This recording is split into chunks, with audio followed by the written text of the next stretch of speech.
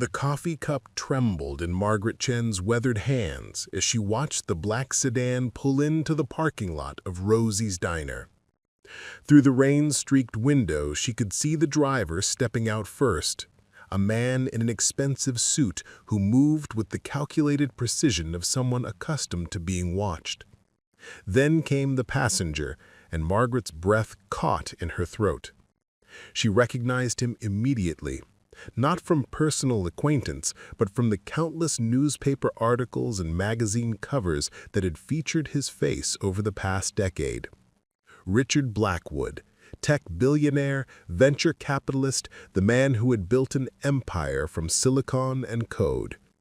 His presence in this small Oregon town felt as incongruous as finding a diamond ring in a bowl of cereal. The bell above the diner's door chimed with unusual weight as he entered, shaking raindrops from his charcoal overcoat. Margaret noticed how his eyes swept the room with the methodical assessment of someone who had learned to catalog exits and evaluate threats. At 62, Blackwood carried himself with the rigid posture of a man who had forgotten how to relax, his silver hair perfectly styled despite the October storm that had been battering the coast all morning. "Table for one," he said to Dolores, the day shift manager, his voice carrying the crisp authority of boardrooms and conference calls. Margaret watched from behind the coffee station as Dolores, flustered by the obvious wealth radiating from their unexpected guest, stumbled over herself to seat him at the best table by the window. Margaret had been working at Rosie's for 3 years now, ever since the university had restructured her position in the English department. At 58, she had discovered that decades of teaching poetry and literature counted for little in a job market that valued efficiency over eloquence. The diner job paid her bills, barely, and allowed her to remain in Millbrook, the coastal town where she had raised her children and buried her husband.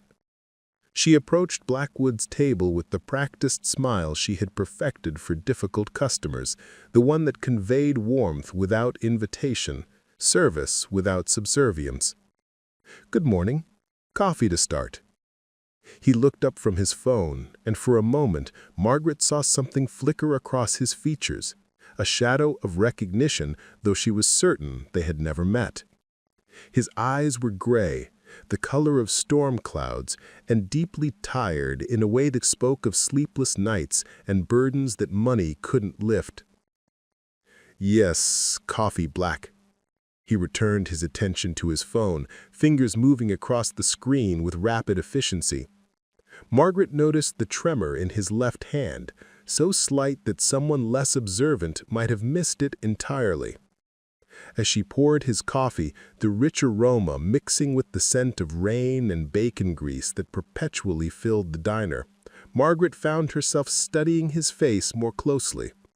Beneath the polished exterior, she recognized something achingly familiar, the hollow exhaustion of grief, the way loss carved itself into the corners of a person's eyes and never quite left. "The special today is blueberry pancakes with local berries," she offered, setting the cup down with practiced care. "And we have fresh salmon from yesterday's catch." Blackwood nodded without looking up. "Just the coffee for now." Margaret should have walked away then, should have returned to her other tables and left the billionaire to his solitude. But something made her pause. Perhaps the way his shoulders curved inward as if protecting something fragile, or the way he held his phone like a lifeline to a world that made sense. "The storm's supposed to clear by noon," she said gently. "The view from this table is beautiful when the clouds lift. You can see all the way to the lighthouse." This time he did look up, and Margaret caught a glimpse of something raw and unguarded before his expression shifted back to polite distance. "Thank you."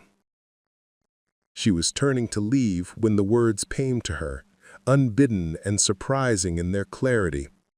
They rose from some deep place in her memory, carrying with them the weight of countless nights spent grading papers by lamplight, of students who had trusted her with their most vulnerable thoughts, of a daughter whose laughter had once filled every corner of her world.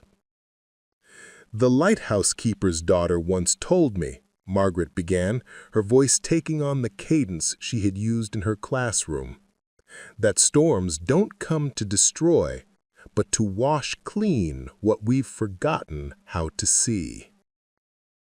Blackwood's phone clattered to the table. The color drained from his face so completely that Margaret instinctively reached forward, thinking he might faint. His gray eyes fixed on her with an intensity that made her step back, suddenly aware that she had crossed some invisible boundary. "What did you say?" His voice was barely above a whisper. I was just... Margaret felt heat rise in her cheeks. "I'm sorry, I didn't mean to." "The lighthouse keeper's daughter." His words came out sharp, precise, each syllable weighted with something Margaret couldn't identify. "Where did you hear that phrase?" The diner seemed to have gone quiet around them, though Margaret knew the breakfast crowd continued their conversations. The griddle continued to sizzle, and the coffee maker continued its rhythmic gurgling. But in the space between her and this stranger, silence stretched like a held breath. "It's just something that came to me," she said honestly. "Sometimes words find us when we need them most." Blackwood's hands were shaking now. Not the slight tremor she had noticed before, but a full trembling that she seemed unable to control. He stared at her as if she were a ghost, as if she had spoken in a language he thought he had forgotten. "Emma," he whispered, and the name fell between them like a stone into still water, sending ripples through the morning air. "My daughter Emma used to say exactly those words." Margaret felt the world shift slightly on its axis. The past tense in his voice told her everything she needed to know, and her heart contracted with a sympathy so sharp it took her breath away. She had stood in that same place, had spoken of her own daughter, Sarah, in that same careful past tense, had felt the way love persisted even after its object was gone. "She must have been a wise girl," Margaret said softly. "She was." Blackwood's voice cracked. "She was brilliant and kind, and she saw beauty in everything, even in ugly old storms like this one." He gestured toward the window where rain continued to streak the glass. "She died 2 years ago.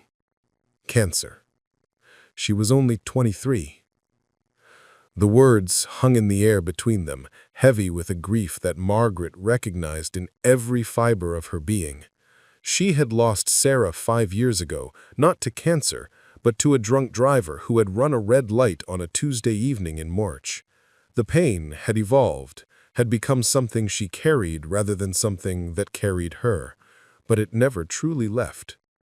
Without thinking, Margaret slid into the booth across from him, abandoning all pretense of professional distance. "I'm so sorry." Blackwood looked at her with surprise, then something that might have been gratitude.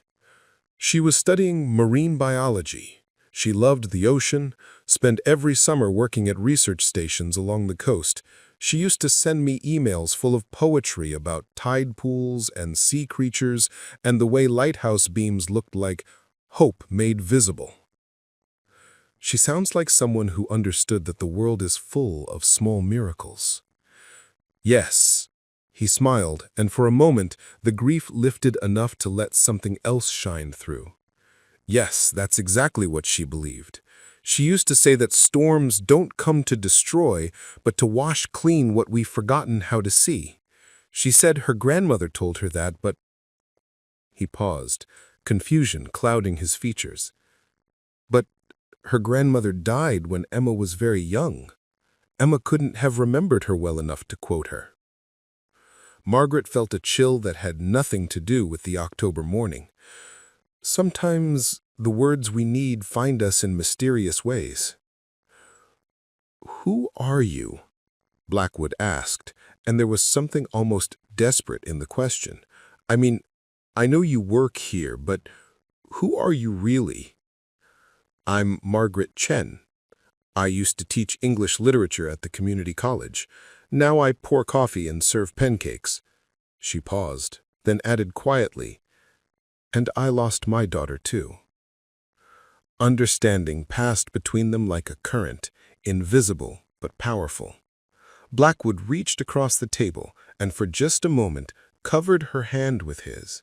His palm was warm, calloused in a way that surprised her. She had expected the soft hands of a man who had never known physical labor. "The words you spoke. Emma used to recite them whenever I was stressed about work, whenever I got caught up in deals and board meetings and forgot to look up at the sky. She said they were from a poem her grandmother used to read to her, but I could never find the poem anywhere. I searched through every collection of poetry I could find, hired researchers, even posted on literature forums. Nothing. It was as if those words existed only in Emma's memory." Margaret felt something stir in the depths of her mind, a recognition that she couldn't quite grasp. Sometimes the most important words are the ones that can't be found in books. "But you said them exactly as Emma did, word for word. How is that possible?" Before Margaret could answer, the bell above the door chimed again, and a group of construction workers shook off the rain as they entered. The spell of their conversation broke, and Margaret suddenly remembered where she was, what she was supposed to be doing. She glanced around the diner, saw Dolores eyeing her disapprovingly from behind the counter, and felt the familiar weight of responsibility settle back onto her shoulders. "I should get back to work," she said, starting to rise. "Wait." Blackwood's voice was urgent. "Please, what time do you get off?" Margaret hesitated. In 3 years of serving coffee and taking orders, she had never given her personal information to a customer, never crossed the line between server and served. But something in his eyes, a combination of desperation and hope, made her reconsider. "My shift ends at 3, she said finally. Could you meet me somewhere to talk? There's something about this that I need to understand." He pulled out his wallet and extracted a business card, writing something on the back. "There's a bookstore on Main Street, Pages and Prose. Would you meet me there at 3:30? Margaret took the card, noting the weight of the paper, the embossed logo that probably cost more than she made in a week. On the back, he had written his personal cell phone number in handwriting that was surprisingly neat for someone whose hands had been shaking minutes before. "Mr. Blackwood, Richard," he said. "Please, just Richard." Richard. The name felt strange on her tongue, too intimate for a man she had met 20 minutes ago, too formal for someone with whom she had shared such profound grief. "I don't know what answers you think I can give you." "Neither do I," he admitted. "But those words, the way you said them, it's the first time since Emma died that I felt like she might still be trying to communicate with me somehow. I know that sounds crazy." Margaret looked at him, this powerful man reduced to the same raw hope that every grieving parent carried, the desperate wish for one more sign, one more message, one more moment of connection with a child who was gone. She had felt it too in the months after Sarah's death, searching for meaning in coincidences, reading messages into random events, willing to believe that love could transcend the finality of death. "It doesn't sound crazy at all," she said, as she walked back toward the coffee station, tucking the business card into her apron pocket. Margaret felt the eyes of every customer in the diner following her. Word would spread quickly through Millbrook that the local waitress had spent 15 minutes in deep conversation with a man who had clearly never set foot in a working-class establishment in his life.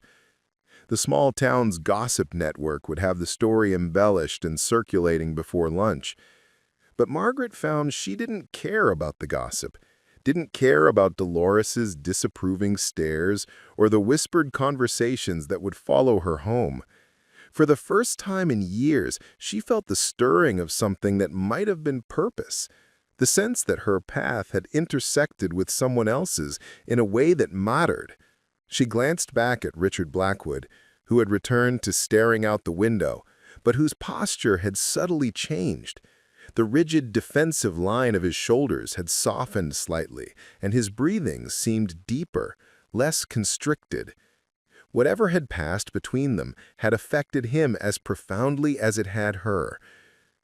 The morning continued around them, orders taken, coffee poured, plates cleared, but Margaret moved through her routine with a new awareness, as if the ordinary world had revealed a hidden dimension. The words she had spoken to Richard continued to echo in her mind. Storms don't come to destroy, but to wash clean what we've forgotten how to see. Where had those words come from? They felt familiar in the way that childhood lullabies feel familiar, embedded so deeply in memory that their origins blur into the foundation of who we are.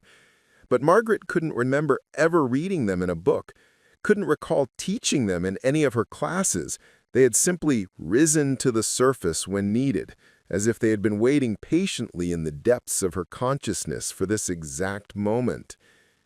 By the time Richard Blackwood left the diner, the storm had indeed begun to clear, just as Margaret had predicted. Shafts of golden sunlight broke through the dissipating clouds, casting the wet pavement in warm, honeyed light. He paused at the door, looking back at her one more time, and she saw in his expression the same mixture of confusion and hope that she felt stirring in her own chest. The rest of her shift passed in a blur of familiar routines made strange by anticipation. Margaret found herself watching the clock, counting down the hours until 3:30, wondering what she would say to a man whose grief mirrored her own, whose daughter had somehow shared words that felt like they belonged to both of them, and neither of them at once. As closing time approached, Margaret realized that she was about to step into a story whose ending she couldn't predict, whose beginning she didn't fully understand. The thought should have frightened her, but instead it filled her with something she hadn't felt in years, the electric anticipation of discovery, the sense that life still held the possibility of surprise. Margaret's apartment above the flower shop on Elm Street had become a shrine to careful forgetting. In the 5 years since Sarah's death, she had methodically removed the photographs from the walls, packed away the mementos, and created a space so deliberately neutral that visitors often commented on how peaceful it felt. They didn't understand that the peace was really emptiness, that the absence of memory was Margaret's way of surviving each day without drowning in the magnitude of her loss. But as she prepared to meet Richard Blackwood at Pages and Prose, Margaret found herself opening the cedar chest she kept in her bedroom closet. Her hands trembled as she lifted the lid, releasing the scent of lavender sachets and something else, something undefinable that she had always thought of as Sarah's essence, sweet and bright and perpetually optimistic. Inside were the artifacts of a life cut short, report cards with perfect scores, art projects made from construction paper and glitter, the acceptance letter to veterinary school that had arrived 3 days after the funeral. At the bottom of the chest, wrapped in tissue paper, was Sarah's journal, a leather-bound book with a brass clasp that Margaret had never been able to bring herself to open. She had found it in Sarah's bedroom, tucked beneath her pillow, and had carried it to the funeral home like a talisman. In the 2 years that followed, she had moved it from surface to surface, the kitchen table, her bedside stand, the mantel above the fireplace, as if the perfect location might give her the courage to read her daughter's final thoughts. Eventually, she had wrapped it carefully and placed it in the chest, where it had remained undisturbed for 3 years. Now, sitting cross-legged on her bedroom floor, with the journal in her lap, Margaret felt the familiar tightness in her chest that always accompanied thoughts of Sarah. But underneath the grief was something new, a curiosity sparked by her encounter with Richard Blackwood and the strange familiarity of the words she had spoken to him. The brass clasp opened with a small click that seemed to echo in the quiet apartment. Sarah's handwriting filled the first page, the same neat cursive she had used since elementary school when she had insisted on writing thank you notes to her teachers at the end of each school year. For Mom, because you taught me that words have the power to heal and that love is the only thing stronger than time. Margaret's vision blurred, and she had to set the journal aside for a moment to compose herself. Sarah had always been the poet in their family, the one who saw metaphors in mundane moments and found beauty in the ordinary friction of daily life. Margaret had taught literature, had spent decades analyzing the work of others, but Sarah had lived poetry in a way that Margaret had always envied. She turned the page and began to read.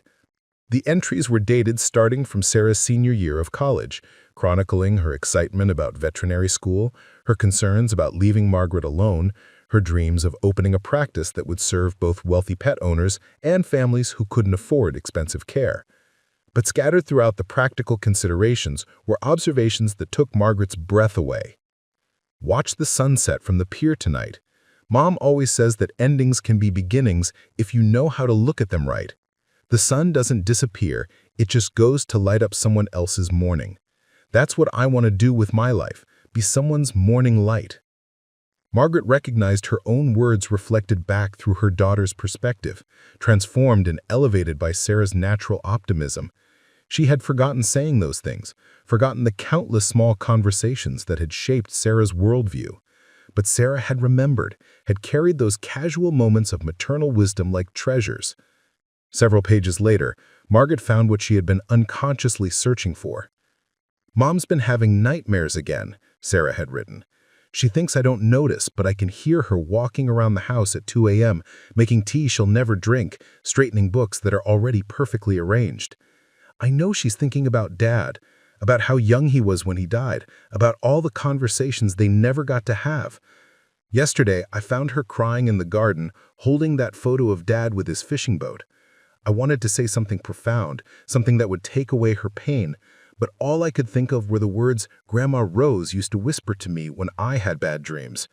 I don't even remember Grandma Rose very well. She died when I was 6, but I remember her voice, the way she would smooth my hair and say, 'Storms don't come to destroy, little housekeeper's daughter.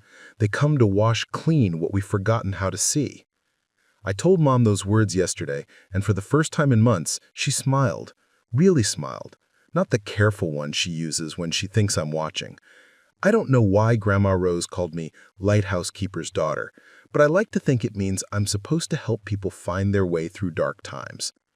Margaret's hands shook as she read the passage again, each word confirming what she had suspected but had not dared to believe.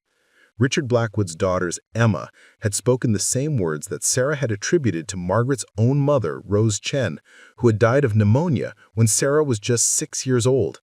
But that was impossible. Margaret had never shared those specific words with anyone. She barely remembered her mother saying them, could only recall fragments of whispered comfort during childhood storms, moments so distant they felt more like dreams than memories. And Sarah had been so young when Rose died, too young to retain such specific language, too young to remember the gentle cadence of her grandmother's voice. Yet there it was, written in Sarah's careful script, attributed to a grandmother she had barely known but somehow remembered with perfect clarity. Margaret continued reading, finding more references to conversations with Rose, moments that couldn't possibly have happened but were recorded with such vivid detail that they felt absolutely real. "Grandma Rose used to tell me that grief is just love with nowhere to go," Sarah had written. "She said the trick is finding new places for that love to live, new ways for it to serve the world. I think about that every time I watch Mom struggle with missing Dad. Her love for him is so huge, so powerful, it could light up half the town if she knew how to redirect it." Margaret closed the journal, her mind reeling. Rose had died when Sarah was 6, but these entries described conversations that would have required an adult's understanding, a wisdom that 6-year-olds simply didn't possess. Yet Sarah's memory of these interactions was so detailed, so emotionally resonant. that Margaret found herself questioning her own recollections. Had Rose lived longer than Margaret remembered? Had there been visits, conversations that Margaret had forgotten? But no. The dates were clear, the funeral vivid in Margaret's memory. Rose had died on a January morning when Sarah was in first grade, too young to understand the permanence of death, too young to form the kinds of memories she had written about. Margaret glanced at the clock on her bedside table and realized she had been reading for over an hour. It was nearly 3:15 and she still needed to change clothes and walk to the bookstore to meet Richard Blackwood. She carefully rewrapped the journal and placed it back in the chest, but she couldn't shake the feeling that she had uncovered something significant, a piece of a puzzle that she didn't yet understand.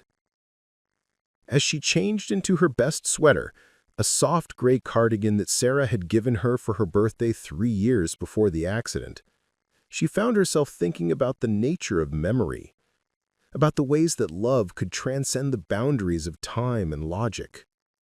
Perhaps Sarah's memories of Rose weren't memories at all, but something else entirely. Inherited wisdom, genetic poetry, the way that certain phrases and ideas could flow through generations like underground rivers, surfacing when they were most needed. The walk to Pages and Prose took her through the heart of Millbrook's historic district, past the weathered shingled houses that had watched over the town for more than a century. Margaret had lived in this place for 28 years, had raised her daughter on these tree-lined streets, had thought she knew every story worth knowing about her community. But now she felt like a tourist in her own life, seeing familiar landmarks through new eyes, wondering what other mysteries were hiding in plain sight. Pages and Prose occupied the ground floor of a Victorian house that had been converted to commercial use sometime in the 1960s. The owner, Patricia Walsh, had maintained the building's original character while filling it with the comfortable chaos of a well-loved independent bookstore. Mismatched armchairs created reading nooks in unexpected corners, and hand-lettered signs directed customers toward different genres with welcoming informality. Margaret found Richard Blackwood in the poetry section, standing before a wall of books with the same intensity he had brought to his phone screen that morning. He had changed clothes since leaving the diner, trading his expensive overcoat for a worn leather jacket that made him look more approachable, more human. In his hands was a slim volume that Margaret recognized as one of her former students' favorite collections. "Finding anything interesting?" she asked softly. He turned and she saw that his eyes were red-rimmed. Whether from fatigue or emotion, she couldn't tell. "I've been looking for those words again. The ones you said this morning, the ones Emma used to quote. I thought maybe if I searched through enough poetry collections..." "Any luck?" "No, nothing even close." He replaced the book on the shelf with careful precision. "Margaret, can I ask you something? And please, I need you to be completely honest with me." "Of course." "Do you believe in... I don't know what to call it. Signs? Messages from people who are gone? The possibility that death isn't as final as we think it is?" Margaret considered the question, remembering the journal entries she had just read, the impossible conversations between Sarah and a grandmother who had died too soon for such intimate wisdom to be shared. "I believe that love is stronger than logic," she said finally. "I believe that the people we lose leave traces of themselves in the world, and sometimes those traces show up in ways we don't expect."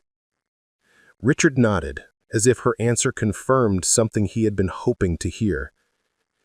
"Emma always said that too, that love was the only force in the universe that didn't follow the rules of physics, that it could travel backwards through time and forwards into possibilities we couldn't imagine." They moved toward a pair of armchairs in the store's small cafe area, where Patricia had set up a coffee station and a few small tables. The late afternoon light streaming through the windows cast everything in golden tones, making the moment feel suspended between ordinary time and something more significant. "Tell me about Emma," Margaret said as they settled into the chairs. "What was she like?" Richard's expression softened, grief giving way to the particular joy that comes from sharing memories of someone beloved. She was curious about everything. As a child, she used to bring home injured birds, stray cats, insects she thought looked lonely. Our house was like a veterinarian clinic for wounded creatures she found in the neighborhood. "She sounds like my daughter," Margaret said. Sarah wanted to be a veterinarian too. Emma studied marine biology instead, but the impulse was the same. She wanted to heal things, to understand how life persisted in impossible circumstances. He paused, looking out the window toward the harbor. She spent her senior year of college researching tide pool ecosystems, documenting how small organisms survived in the space between land and sea. She said it taught her that the most interesting life happened at the boundaries, in the places where different worlds met. Margaret felt a chill of recognition. Sarah used to say something similar about veterinary medicine, that the most important work happened at the intersection between human and animal worlds, in the space where different types of love could be translated. "It's like they were versions of the same soul," Richard said quietly. The thought should have sounded absurd, but sitting in the warm light of the bookstore, surrounded by thousands of stories about the mysteries of human connection, it felt not only possible, but probable. Margaret found herself remembering other moments when Sarah had displayed wisdom beyond her years, insights that seemed to come from some source deeper than experience. "Richard, I need to tell you something," Margaret said. "After I got home from work today, I read some of my daughter's journals. She wrote about conversations with my mother, her grandmother, who died when Sarah was only 6 years old. She described the entries about Rose, the detailed conversations that couldn't possibly have taken place, the specific phrases that had somehow passed from grandmother to granddaughter despite the absence of meaningful contact."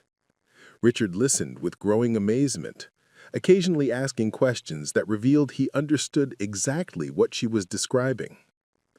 "Emma had the same kind of memories," he said, when Margaret finished.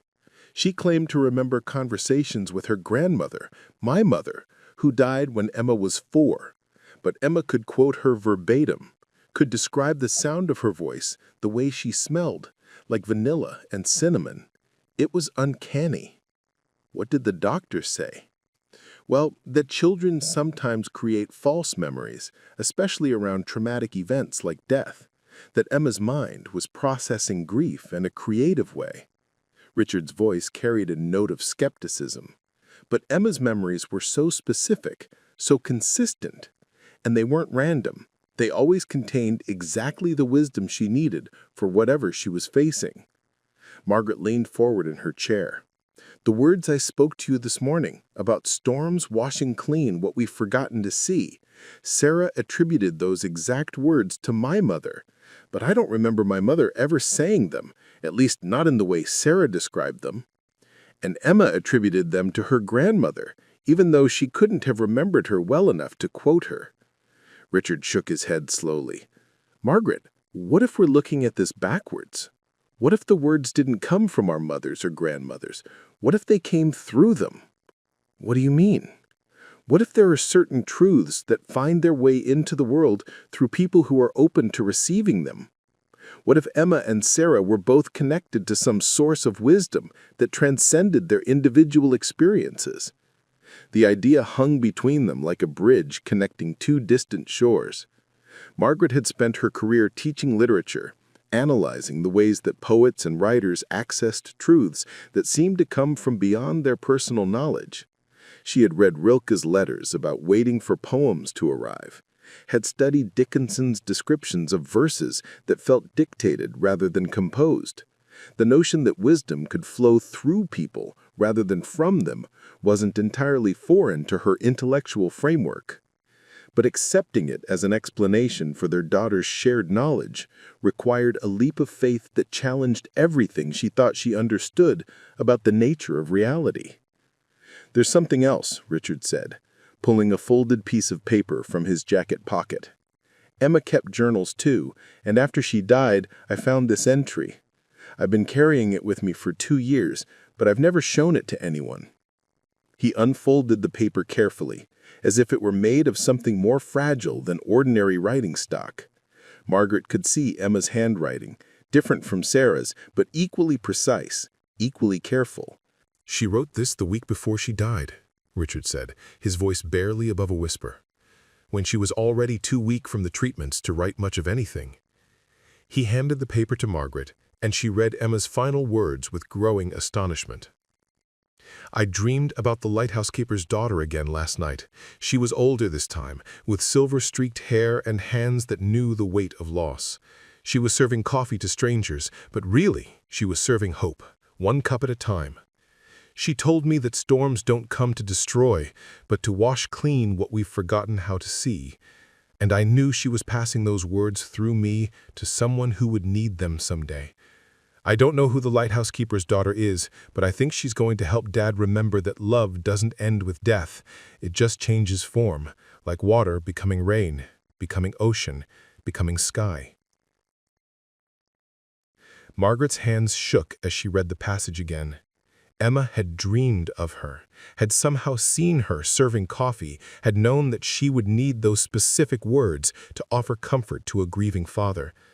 The level of detail was impossible, the prediction too accurate to be coincidence. "She dreamed about me," Margaret whispered. "2 years before you met me," Richard confirmed. "She drew a picture too, but I left it at home. Margaret, it looks exactly like you. The same eyes, the same expression you had this morning when you spoke those words." They sat in silence for several minutes, the weight of impossibility settling around them like snow. Margaret felt as if she was standing at the edge of a vast ocean, trying to comprehend depths that extended far beyond her ability to measure.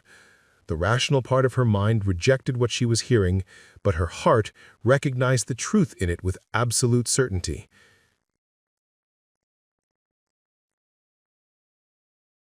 "What do we do with this?" she asked finally.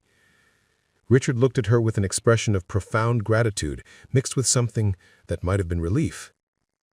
"I don't know, but for the first time since Emma died, I feel like she's still connected to the world somehow, like the love between us didn't disappear when she did." Margaret nodded, understanding exactly what he meant. The grief of losing a child carried with it a terrible sense of severance, the feeling that the most important relationship in your life had been cut off without warning or explanation. But if Emma had somehow known about Margaret, if Sarah's wisdom had come from sources beyond her individual experience, then perhaps death wasn't the absolute ending it appeared to be. Margaret approached his table with the coffee pot, noting the way Father Santos's usually warm eyes carried a trace of worry. At 68, the priest had served St. Catherine's for over 30 years, and he had developed an uncanny ability to sense when his parishioners were walking too close to the edge of something dangerous. "Good morning, Father. The usual?" "Just coffee today, gracias." He waited until she had filled his cup and settled into the seat across from him. "Margaret, I want you to know that I'm happy to see you engaging with life again. After Sarah died, I worried that you might disappear into your grief entirely. But this man you've been spending time with—" "Richard is a good man," Margaret said, perhaps more defensively than she intended. "I'm sure he is, but, mija, people are talking. They see a wealthy stranger meeting regularly with one of our own, and they create stories to fill in the blanks they don't understand." Margaret felt heat rise in her cheeks. What kind of stories? Father Santos stirred his coffee slowly, choosing his words with the care of someone who had spent decades navigating the delicate territory between truth and kindness. "Some think he's taking advantage of your loneliness. Others worry that he's involved in something illegal, and you're getting caught up in it without realizing. Mrs. Kowalski from the hardware store is convinced he's from the government, investigating something about the fishing licenses. Despite the seriousness of the conversation, Margaret couldn't help but smile at the mention of Mrs. Kowalski, whose imagination had been known to transform mundane events into elaborate conspiracy theories. But the smile faded as she realized that the community's concern, however misguided, was real and potentially problematic. Father, Richard and I are friends, that's all. We've both lost children and we're helping each other work through our grief. I believe you, mija, but friendship with a man of his obvious wealth and stature, it changes how people see you. And from what I've heard, he's been asking questions around town. About you, about your family, about Sarah. Margaret's stomach tightened. What kind of questions? Patricia Walsh mentioned that he spent 2 hours in her bookstore last week, looking through local history books and asking about families who had lived in Millbrook for multiple generations. Jim Harrison at the marina said a man matching his description was asking about boat registrations from the 1960s and 70s, specifically looking for anyone with the surname Chen or Rose. The coffee cup trembled in Margaret's hands. Richard hadn't mentioned conducting any kind of investigation into her family's history, and the secrecy felt like a betrayal of the trust they had been building. But more disturbing was the realization that he was searching for connections she hadn't told him about, following threads of information that led deeper into her family's past than she had shared. Margaret, Father Santos continued gently, I need to ask you directly.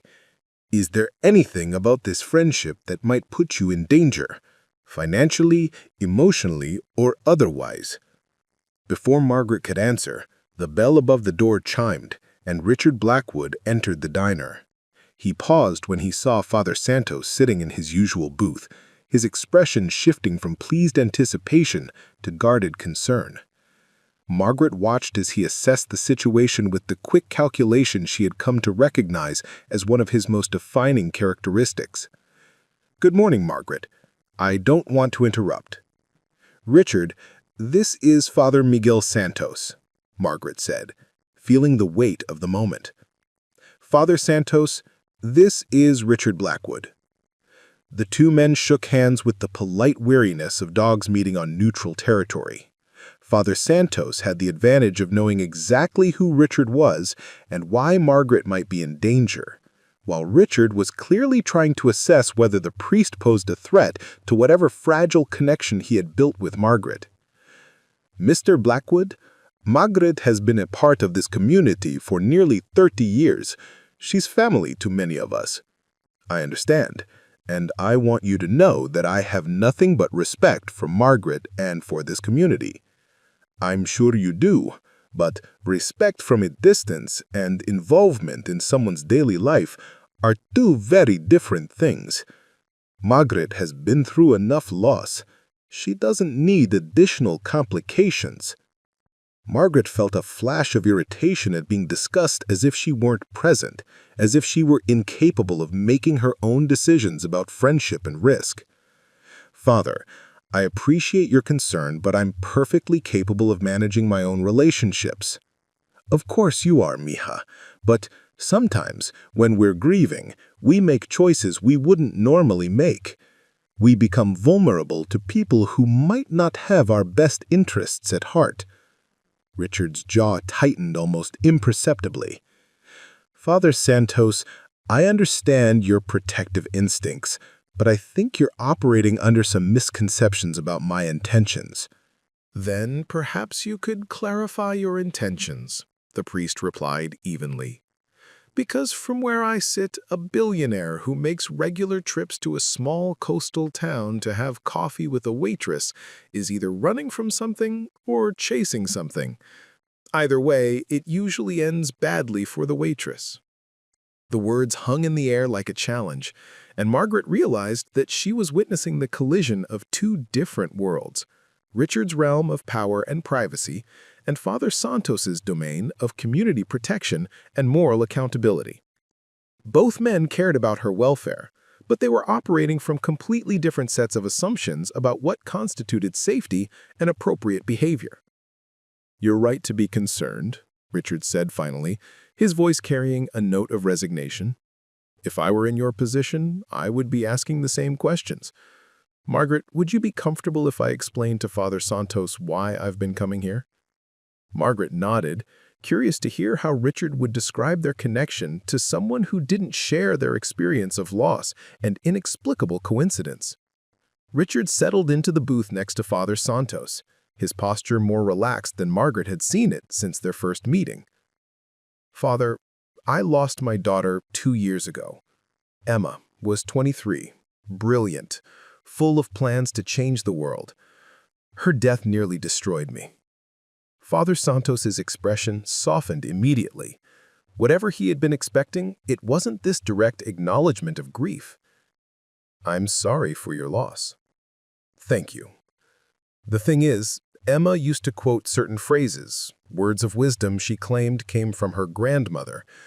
But her grandmother died when Emma was very young, too young to remember detailed conversations.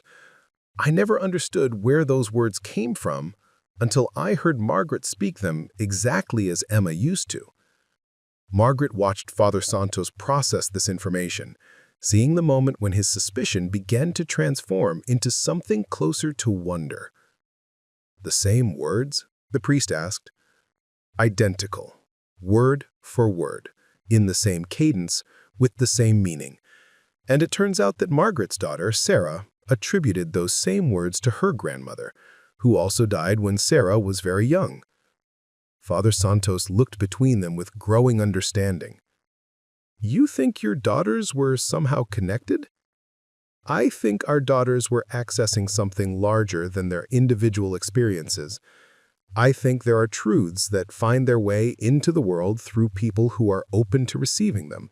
And Emma and Sarah were both conduits for that kind of wisdom." The priest was quiet for a long moment, stirring his coffee with the slow deliberation of someone weighing competing explanations for an impossible situation. Margaret knew that Father Santos had spent his career counseling grieving families, helping them navigate the territory between faith and doubt, between hope and acceptance. He would understand better than most the temptation to find meaning in coincidence, to read divine intervention into random events. "Mr. Blackwood, I've been a priest for 43 years. I've seen people find comfort in all kinds of places, some healthy and some not so much. What concerns me is that you might be asking Margaret to carry the weight of your connection to your daughter. That's a heavy burden for anyone, especially someone who's dealing with her own loss." Richard nodded, thoughtfully. "That's a fair concern. But I think what's happening between Margaret and me is more mutual than that. We're helping each other understand that love doesn't end with death, that the people we've lost are still present in ways we're only beginning to recognize." "And you believe this because your daughters shared some common phrases?" "No," Richard said, pulling out his phone and scrolling to what appeared to be a photograph. He handed the phone to Father Santos, whose eyebrows rose as he examined the image. Margaret leaned over to see what had captured the priest's attention and gasped at what she saw. It was a drawing, clearly done by a child, showing a woman with silver-streaked hair standing behind a counter, holding a coffee pot. The woman's face was turned toward the viewer, and her expression was one of gentle compassion mixed with deep sadness. At the bottom of the drawing, in a child's careful handwriting, were the words, "The lighthouse keeper's daughter will help Daddy remember." Emma drew this when she was 8 years old. I found it in her room after she died, tucked inside a book of poetry. Margaret, the woman in this drawing looks exactly like you. Father Santos studied the drawing for several more seconds, then looked up at Margaret with an expression she couldn't quite interpret. "Margaret, do you remember ever calling yourself a lighthouse keeper's daughter?" "Never," she said honestly. "I have no idea where that phrase comes from." But Sarah used it in her journal, Richard added. She wrote about her grandmother calling her little lighthouse keeper's daughter during a conversation that couldn't possibly have taken place. Father Santos handed the phone back to Richard with careful deliberation. "I think I need to show you something," he said. "Margaret, would you be able to take a break? There's something at the church that you both need to see." 20 minutes later, Margaret found herself walking up the familiar stone steps of St. Catherine's, flanked by Richard and Father Santos like some unlikely trinity of seekers. She had attended Mass here sporadically since Sarah's death, finding comfort in the ritual even when her faith felt more like habit than conviction. But she had never been in the church's administrative areas, had never seen the historical documents and photographs that chronicled Millbrook's past. Father Santos led them to his office, a cramped space lined with bookshelves and filing cabinets that contained nearly a century of parish records. He pulled out a large, leather-bound book and opened it to a section marked with a faded ribbon. "This is our registry of births, deaths, and marriages from 1940 to 1970, he explained. "I remembered something when you mentioned the lighthouse keeper's daughter, so I looked it up." He pointed to an entry dated September 15, 1962. Rose Chen, age 34, married to Thomas Chen, occupation, lighthouse keeper. Survived by daughter, Margaret Chen, age 8. Margaret stared at the entry, feeling the world tilt slightly on its axis. "My father was a lighthouse keeper? But that's impossible. He worked at the cannery. I remember the smell of fish on his clothes, the long hours during salmon season." "Look at the address," Father Santos said gently. The entry listed their family's address as Millbrook Light Station, North Point Road. Margaret knew North Point Road. It was the winding coastal highway that led to the automated lighthouse that still operated 5 miles north of town. But she had no memory of ever living there, no recollection of her father tending to lighthouse duties. "Father, there must be some mistake," she said. "We lived on Elm Street, above the flower shop. That's where I grew up." "You moved to Elm Street after your mother died," Richard said quietly, reading from another document that Father Santos had opened. "According to this, the lighthouse was automated in 1963, and your father took a job at the cannery to support you both." Margaret felt the foundation of her childhood memories shifting beneath her feet. If her father had been a lighthouse keeper, if they had lived at the light station during the first 8 years of her life, then Sarah's reference to being a little lighthouse keeper's daughter wasn't metaphorical at all. It was literally historically accurate. "But why don't I remember?" she asked, more to herself than to the others. Father Santos closed the registry with gentle finality. Children often suppress traumatic memories, especially when they involve significant changes in their circumstances. Losing your mother and having to move from the only home you'd known, that would have been overwhelming for an 8-year-old. "Emma somehow knew," Richard said with wonder. "She knew that you were literally the lighthouse keeper's daughter, even though there was no way she could have had access to that information." They stood in the quiet of Father Santos's office, each processing the implications of this discovery in their own way. Margaret felt as if she were meeting herself for the first time, learning that her most fundamental assumptions about her own history had been incomplete. But underneath the disorientation was something else, a sense of pieces falling into place, of a story finally beginning to make sense. "There's more," Father Santos said, opening another file. "I did some additional research after our conversation this morning. Your mother, Rose Chen, kept a journal during the years your family lived at the lighthouse. She donated it to the church archives before she died, said she wanted to preserve the record of what it was like to be one of the last lighthouse keeper families on this part of the coast." He handed Margaret a slim, cloth-bound book that looked remarkably similar to Sarah's journal. "I think you need to read this, mija. I think it will help you understand where those words really came from." Margaret opened the journal to a random page and immediately recognized her mother's handwriting, the same neat script she remembered from grocery lists and birthday cards. Margaret had another nightmare last night. She's been having trouble sleeping since the storm last week, when the waves were so high that they seemed to reach for the light itself. I found her standing at the window, watching the beams sweep across the water, and she asked me why the storms had to be so scary. I told her what my grandmother used to tell me, words that have been passed down through 4 generations of women in our family. Storms don't come to destroy, little lighthouse keeper's daughter. They come to wash clean what we've forgotten to see. Margaret smiled when I said it, and I could see her shoulders relax.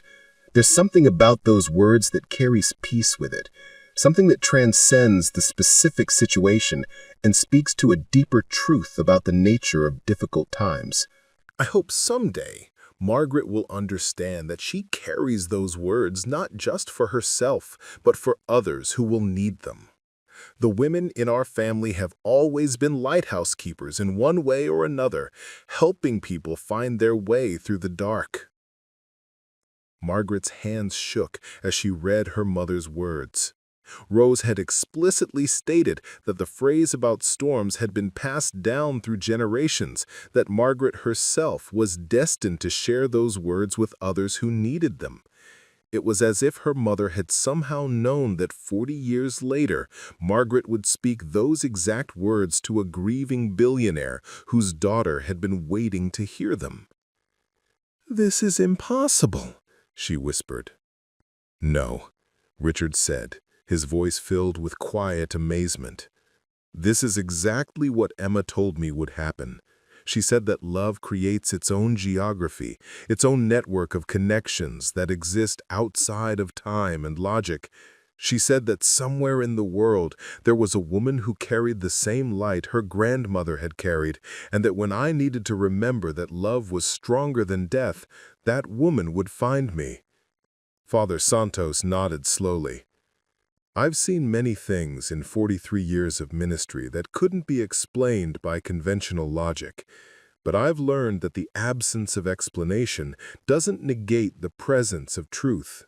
Sometimes the most important things that happen to us are the ones we can't understand." As they prepared to leave the church, Margaret felt the weight of destiny settling around her shoulders like a familiar shawl. She was beginning to understand that her encounter with Richard Blackwood wasn't just a coincidence, but the fulfillment of a purpose that had been woven into her family's story for generations.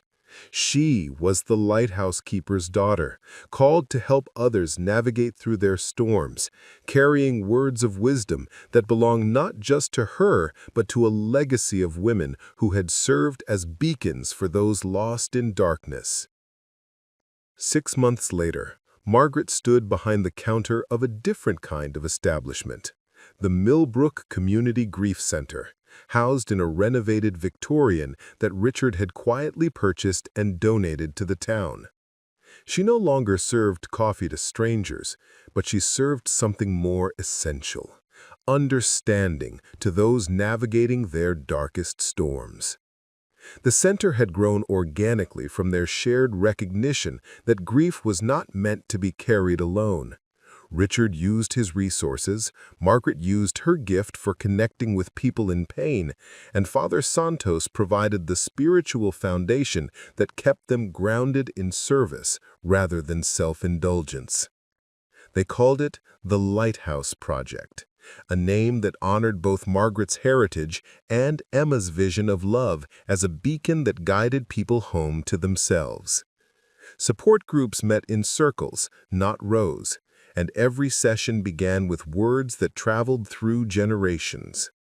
"Storms don't come to destroy, but to wash clean what we've forgotten how to see." Margaret had learned to trust the mysterious inheritance she carried, not just her mother's journal or her grandmother's wisdom, but the capacity to recognize when someone needed to be reminded that love survives death, that connection transcends loss, and that sometimes the most important thing we can do is simply witness another person's pain without trying to fix it. Richard attended every session, not as a donor or board member, but as someone still learning that wealth could buy many things, but not the peace that came from accepting that Emma's death had meaning precisely because their love continued to create meaning in the world. On quiet evenings, they would sit in Margaret's apartment above the flower shop, reading aloud from Sarah's and Emma's journals, marveling at how their daughters had somehow known that their father's healing would come through serving others who walked the same difficult path. The lighthouse beam still swept across Millbrook's harbor every night, automated but persistent, and Margaret had finally remembered watching it from her childhood bedroom window, her mother's voice whispering words of comfort that were destined to echo through time until they found the people who needed them most. Sometimes the most profound purpose arrives disguised as the most ordinary encounter. A billionaire ordering coffee, a waitress offering consolation, two grieving parents discovering that love creates its own geography, its own inexplicable but undeniable map home. Subscribe to Waitress Chronicles, where silence is never forgotten.